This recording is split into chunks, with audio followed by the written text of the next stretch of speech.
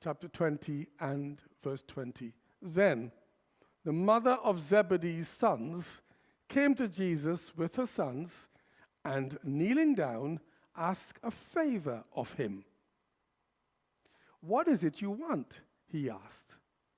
The mother said, "Grant that one of these two sons of mine may sit at your right and the other at your left in your kingdom." "You don't know what you are asking," Jesus said to them. Notice that Jesus said to them. She asked, but he replies to the disciples. Notice that. "Can you drink the cup I am going to drink?" "We can," they answered. Jesus said to them, "You will indeed drink from my cup, but to sit at my right or left is not for me to grant. These places belong to those for whom they have been prepared by my Father." When the 10 heard about this, they were indignant with the two brothers. Jesus called them together and said, "You know that the rulers of the Gentiles lord it over them, and their high officials exercise authority over them. Not so with you. Instead, whoever wants to become great among you must be your servant, and whoever wants to be first must be your slave. Just as the Son of Man did not come to be served, but to serve, and to give his life as a ransom for many."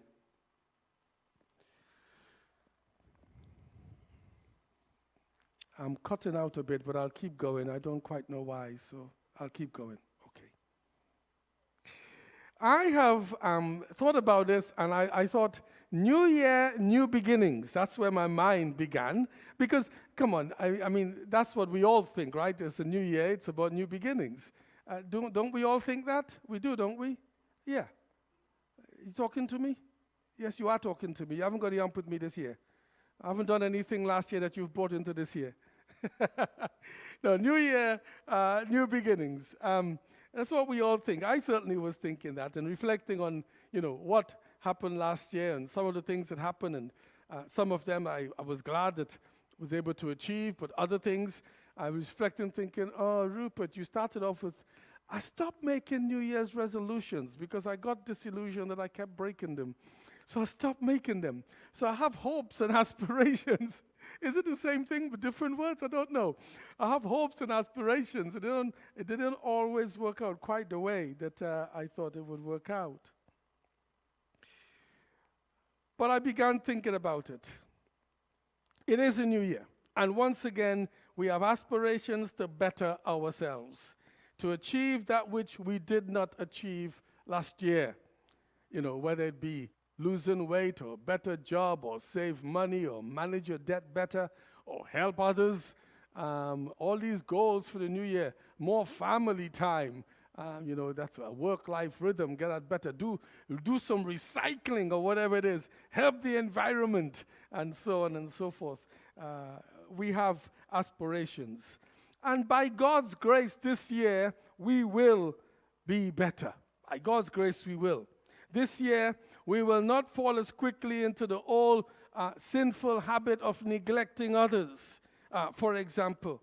This year, we will seek to prioritize others, especially as this pandemic still rages. I've been talking about that and praying about that this morning. I'm deeply concerned about this because, there is a problem with our society. There's always been a problem with our society. Going right back to the very beginning, we like to put self first. It's an issue for us. It's an issue for humanity. We call it our human rights and all this kind of stuff these days. But actually, we don't think it through. We don't think it through. And this bothers me deeply. But this year, we will prioritize others, maybe is what we're saying, as this pandemic still rages, with so many people still catching the virus with this virulent Omicron strand. And let's not forget, because we keep saying Omicron, the Delta is still around doing its damage. This year, we will put God's first. All these things cross our mind. These things are all the things. that we think about. And if you don't think about them, I think about them. And because I get to preach this morning, I'm sharing it with you. If you were preaching, you will share what you were thinking with me. And if you think you want to preach or share what you're thinking because God it is on your heart, come talk to me. All right? Hey. There's an invitation you didn't expect me to make, did you? Aha. It's a new year. Hey. Friends, within all of us is the desire to live a purposeful life and a meaningful life within all of us. We want to live lives that mean something. This is true now as it was in the first century. The mother of James and John, because those are the two guys we're talking about in the passage we read a short while ago. The mother of James and John, she wanted her sons to achieve their potential. That's what she wanted. She wanted them to achieve their potential. And for her, for this mother, and according to Matthew, it was the mother who went about business, and lots of people, commentators and historians who reflect that was fairly traditional of the time. It was the mom who made the waves. It was the mom who went to see people to get the jobs and all that kind of stuff. Not much has changed, has it? There we are. But it was this mother. For her, it was about status. It was about power. It was about position and all those kind of stuff. And for her, it was about her sons sitting on the right and on the left of Jesus. That's what this mother wanted for her boys. That one question of hers, that one aspiration, hope, desire, whatever you want to call it, of this mother, led, I want to suggest to you, to disunity. It led to conflict. It led to jealousy. Why do I say that? Because the Bible in verse 24 very clearly says that they were indignant. In other words, they were angry. They were angry. The others said, what are you two guys like, getting your mom to come to make this kind of question to Jesus? What are you two guys about? Really?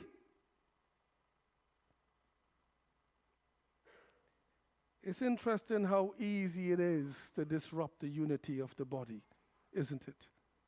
It's interesting how really easy it is. Jesus, of course, saw the situation, so he immediately teaches. Jesus never misses a teachable moment, does he? He never misses. Maybe this is something we can all be thinking about for 2022. Never miss a teachable moment, whether it be with your children or your friends or your husband or your wife or your girlfriend or your boyfriend or whoever, your mates. Never miss a teachable moment. Jesus immediately teaches them that in his kingdom, the highest honor and authority goes to those who serve.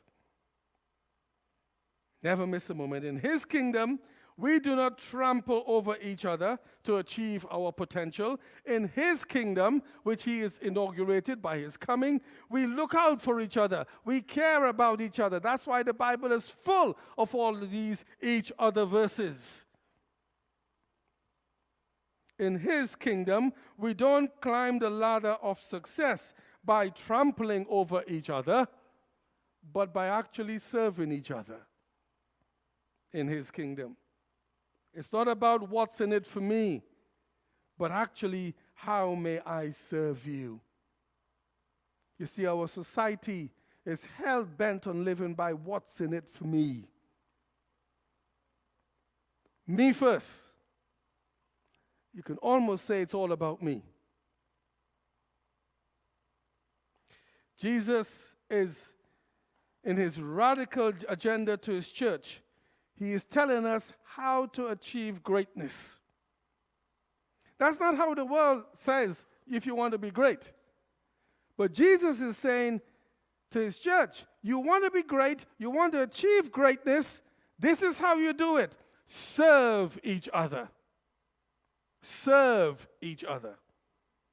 Now, scholarly opinion is of the opinion that the mother of these two boys, James and John, was Jesus' aunt.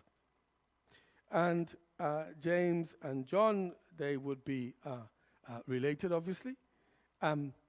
We know that they were part of the 12 disciples, of course. We also know that they belong to the inner circle. You know, Jesus had this inner circle of 3, Peter, James, and John, whom he always took with them. Guys, can you put up on the screen for me, please? Look at Matthew 26. And he took with him Peter and the 2 sons of Zebedee. You see the link? The 2 sons of Zebedee, James and John, and began to be grieved and distressed. This is Jesus in the Garden of Gethsemane, in his most intimate moments with the Father, going through the most painful moments of his life. They are part of the inner circle of the 3 who are there with him and for him. So these guys already had special places, by the sounds of it and by the looks of it, in Jesus' heart and in Jesus' life. But I wonder if there is a familiarity here which has led to a kind of contempt and a lack of respect. I wonder if there was a familiarity from Auntie, that she comes and she doesn't show us the respect that she should show. I'm wondering if there's a familiarity about the 2 boys, that they don't show the respect that they should show, that they then think that there should be favoritism. In Jesus' kingdom, there is no such thing. There is no such thing as favoritism in Jesus' kingdom. In his kingdom, beginning with Pentecost, the Spirit came upon all believers, giving all believers, each believer got given gifts that they too may influence the world, to be salt and to be light, to illuminate the world. You are the salt of the earth and the light of the world, Jesus was to say in the Sermon on the Mount, just earlier on in chapter 5 of the same gospel that we are reading at the moment. See, my friends, this is the ultimate goal of the church, equipping people to be stronger in their faith and sending them out into the world that their good deeds may be expressed in service, seen by people. And when people see this, they give praise to God the Father. Matthew chapter 5, verse 16 tells us this. In the same way, again, this is Jesus in the Sermon on the Mount.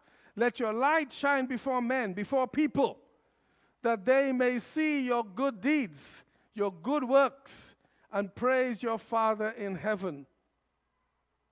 Do good. Do acts of service,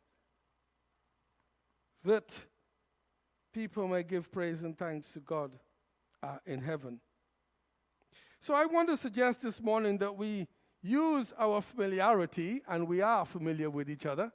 I know there are different degrees of familiarity, like with Jesus. I don't know if it's as pure as it was with Jesus, but like Jesus, we have little groups here and little groups there and 3s there and whatever there. It may not be as pure as Jesus was in his relationships, but we are familiar with each other. And I want to suggest that we use our familiarity in our relationships to grow into intimacy. Don't allow that familiarity to cause division and strife among us, but to grow in intimacy. Let's use it for good and not allow it to become a problem. Let's use our familiarity with each other for good. Let's not become so complacent, so casual with each other, because sometimes, dear friends, that's the downside of familiarity. We become complacent, and that's hence the phrase familiarity leads to contempt. And we don't respect each other's gifts, and we don't value each other. And we couldn't be bothered with the person who does the flowers. What are they up for? And who cleans the church? Who cares? As long as the church is clean. Kind of attitude. But let's use it to value, appreciate, to love, respect, honor each other. In the same way, we're looking for a children and youth minister to come, that we may honor our young people, and in the way we go about ministry with them, is in the same way we to have a culture of honor across the life of the church. Don't just honor pastors or honor church leaders. Honor each other. That's the nature of Jesus. That's the kingdom of Jesus. It's honoring each other. Don't honor somebody just because they're a doctor in our midst, or they have some big job, or they have some nice car in our midst. That's how we tend to behave. but simply honor each other as brothers and sisters made in the image of God, each to be valued, each to be respected, and each to be loved. Honor each other. Let that be that culture among us. Because God has given to each of us in and through Jesus, as the Holy Spirit has come to live within us, He's given us gifts. So once again, we recognize each other's spiritual gifts. A healthy church will have a great diversity of gifts. And this diversity should lead to unity among the believers. That's how it is to be. We do not need to be competitive with each other. And we do not need to be threatened by the differences.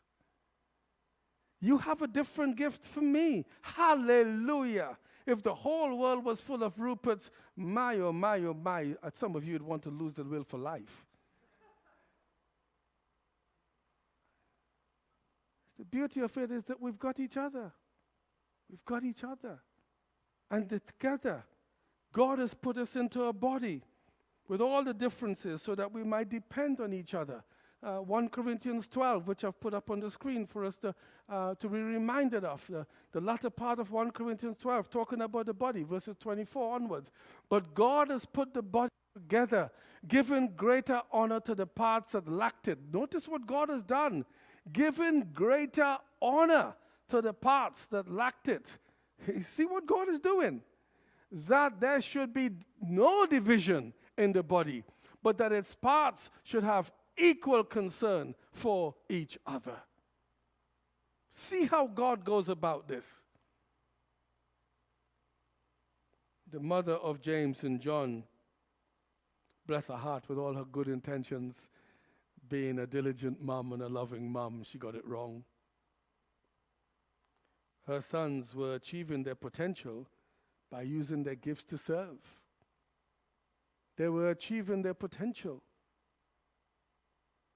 She thought there was a greater potential, but they were already achieving by serving in the way they were. And as they served their Lord Jesus, there would be suffering. And Jesus touched on that. And in this brand new year, I need to remind us, because I know that so many of us Christians, we have a thing about suffering. We say we accept that when you become a Christian, it doesn't mean it's going to be a bed of roses. Although we say it, I'm not convinced that we believe it. Because when things do get tough for us, we feel that God has given up on us. And we think, why the suffering and why so long? After all, Lord, I love you, I follow you, I give my life to you, I commit myself to you, so why am I going through this? Do we not say that? Well, I know we do. I know we do. We have a wrong understanding of suffering. For Jesus, he says, if you are to follow me, you will drink from this cup. You will suffer. Because for me, for Jesus, it led to the cross at Calvary. And for us, there will be suffering as we live for him. For too many of us, following Jesus means a comfortable lifestyle. And by that, I mean the fact that we don't expect anything bad to happen to us. We almost want to hold on to a kind of prosperity kind of gospel. But we will all say, I don't believe in prosperity gospel and prosperity teaching.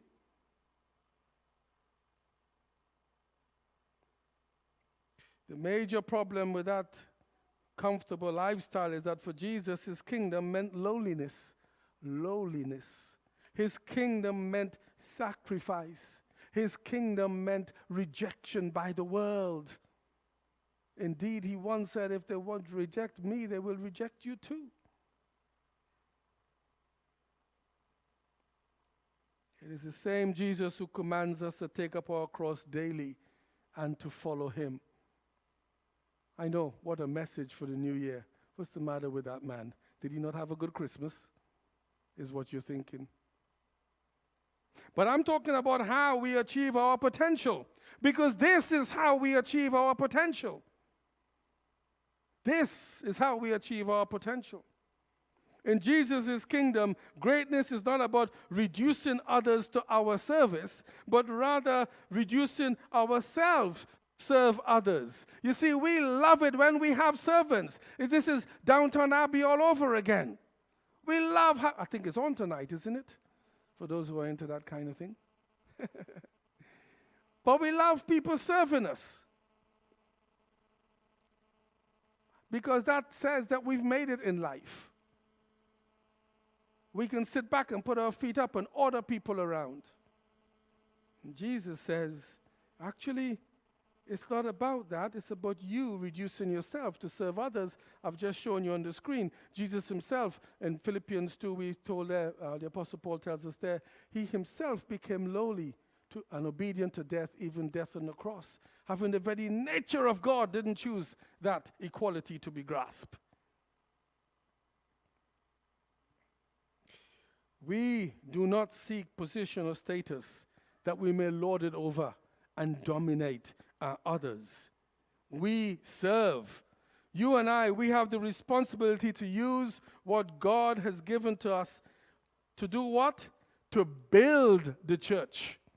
Friends, I know that you all look to me as pastor to be the one who build the church. I have news for you.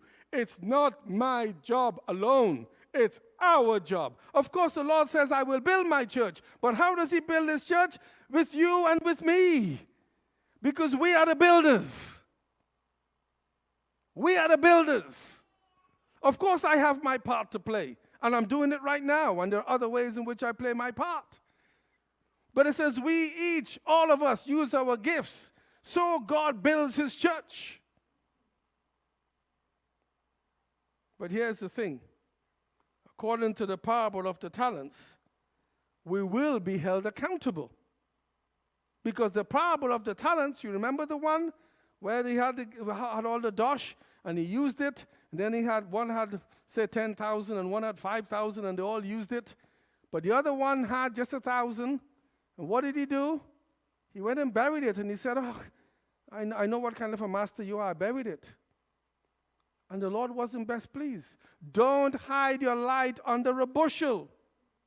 Don't bury it. Use it. Serve the Lord and grow into greatness. Achieve your potential according to Jesus. God has made it very clear that there is no shortage of gifts. We act as if there's a shortage of gifts, but there isn't. In our church community, it is not so much about ability, but rather it is about availability. When you read the pages of the Bible, leave this up for a moment, please, because I want people to ponder on this. When you read the pages of the Bible, friends, it is not about our ability. It never has been. It's about our availability, because the power comes from God. The ability comes from God. It is he who gives these gifts. It's he who enables. It's he who sustains. It's he who brings these things about. We are willing vessels. We are willing in his hands that he may use us to achieve his kingdom purposes. You go right back to the beginning of the Bible. Throughout salvation history, you will see this common truth time and time and time again. I know we think it's about our ability. We think, oh, I have to be trained to become a teacher that I might teach in our work with Extend. No, not true. Half the people who are trained don't want to do it on a Sunday anyhow. Not true. You need to love Jesus. You love Jesus? Then come and tell our young people why you love Jesus. That's being a facilitator in Extend. Because it's not about you and your ability, it's about your availability. Saying to God, here I am, now will you please use me?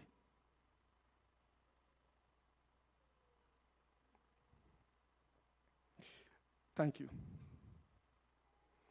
There is something deeply fulfilling about giving of ourselves, because I believe God has wired us up that way.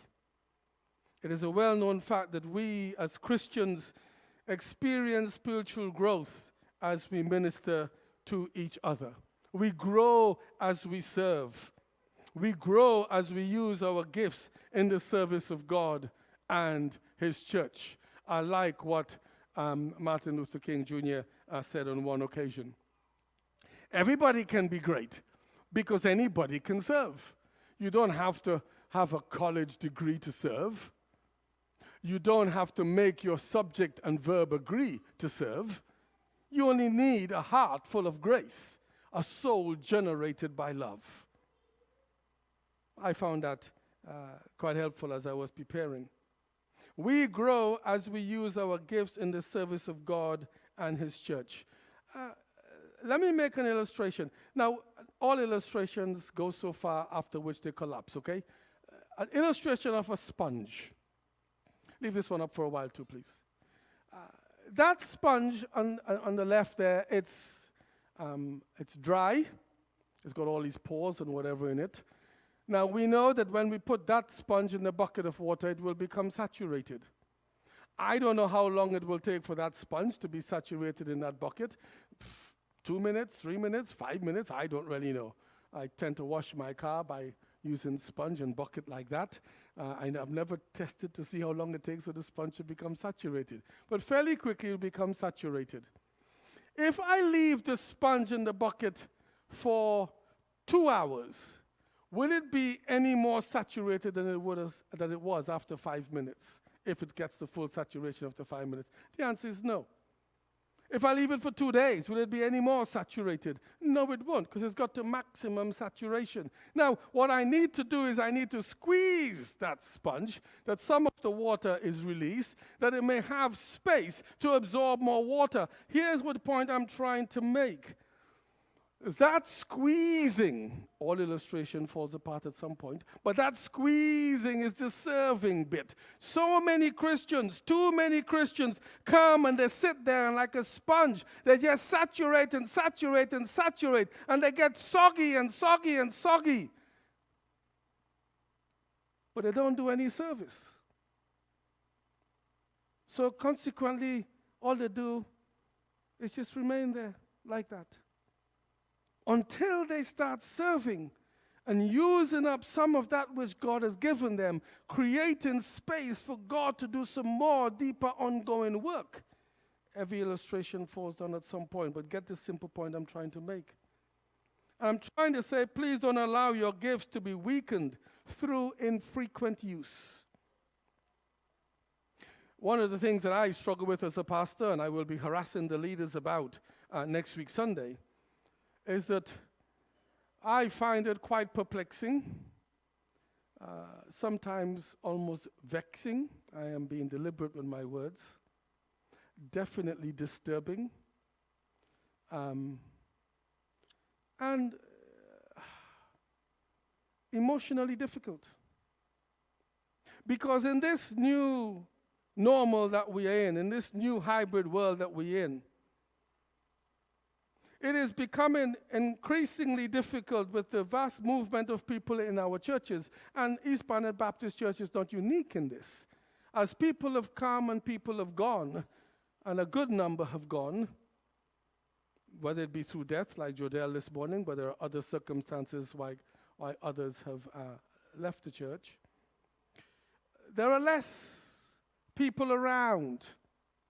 And a good number of people seem to want to live on the virtual world, appreciating online more than in person. And yet there is an expectation that the church is to carry out its programs, exactly the same programs, with less people. I don't know how you square that circle. I haven't lost sleep, but I've cried. I don't get it. This is a very difficult time for pastors, I'll be honest with you. Survey coming from the States.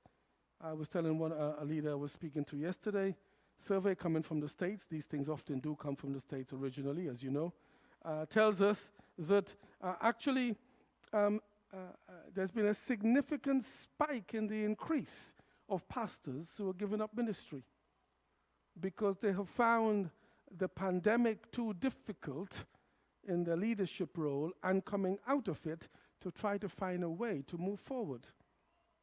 I don't mind telling you, I am finding it excruciatingly painful. And on top of all of that, I'm grappling with Finn, because Finn isn't in acquired places yet. That's friend in need for those who may not be initiated. Yes, we have a new coordinator, but these are very difficult early days. So for me, I preaching this. You probably can understand why I'm preaching this morning. But I just need to be honest with you. I need to bear my heart with you. I'm not going to pretend or play games with you. I never have and I never will. This is a challenge for us as a church. I've told you about my pain, but it's a challenge for us as a church community. We have for the past few years been thinking about Paul's reminder to Timothy to stir up, to rekindle the gift within him. And God has been speaking to us about that and to that and through that over the past 2 years or so. I came across in my preparation, I'm almost finished. I came across in my preparation this comment once made by General Booth of the Salvation Army. He said this. He said, the tendency of fire, talking about rekindling the gift, the fire to stir up the flame. He said, the tendency of fire is to go out. Watch the fire on the altar of your heart. That was speaking into me in recent days and speaking to my life. Because if I'm not careful, I will find the position we are in as a church overwhelming if I don't watch the fire in my heart. I will start struggling. And I need to be honest with you about that. Because it's heavy to try to find this way forward. There are many people in our community who have all kinds of ideas, but it's how do we hear the voice in the heart of Christ as we move forward as a church. Let me conclude then. You will only achieve your potential, and the church will only achieve its potential, because the church consists of you and you and you and you and you and you and you and me. So the church will only achieve its potential when the gifts which are given by the Holy Spirit are used for the building of the church. That's when we achieve our potential. Jesus says that's how you're great in his kingdom. Indeed, the Apostle Paul calls us in 1 Corinthians 14 and verse 12, the Apostle Paul calls us to excel in that. From the Passion Translation, 1 Corinthians 14 verse 12. You are so passionate about embracing the manifestations of the Holy Spirit, right into the church in Corinth, he says, now become even more passionate about the things that strengthen the entire church. You can see why I go on about each other. The Apostle Paul says, get even more passionate about the unity of the church, about looking out for each other, about things that build the church up. This, my friends, is what I long for you as we come to this new year, as we enter this new year. And this, by definition, is what I long for God's church as we enter this new year with its new beginnings.